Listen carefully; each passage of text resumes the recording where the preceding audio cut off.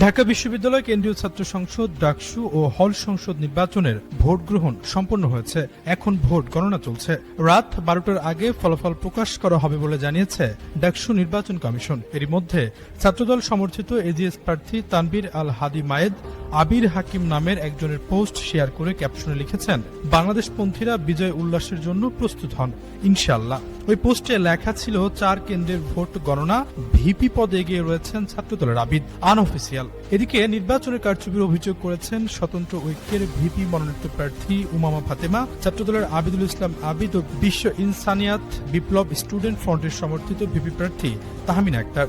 ভোটে অনিয়মের দাবি তুলে এরই মধ্যে ছাত্রদলের সভাপতি রাকিবুল ইসলাম রাকিব ও সাধারণ সম্পাদক নাসির উদ্দিনের নেতৃত্বে সংগঠনের একটি প্রতিনিধি দল উপাচার্যের কাছে এসে অভিযোগও জানিয়েছে। ছাত্রদলের পক্ষ থেকে বিশ্ববিদ্যালয় প্রশাসনের কাছে 3টি অভিযোগ তোলা হয়েছে। এগুলো হলো বিশ্ববিদ্যালয়ের 8টি প্রবেশ পথে জামায়াত শিবিরের নেতাকর্মীদের ব্যাপক উপস্থিতি, প্রশাসনের শীর্ষ ব্যক্তিরা জামায়াত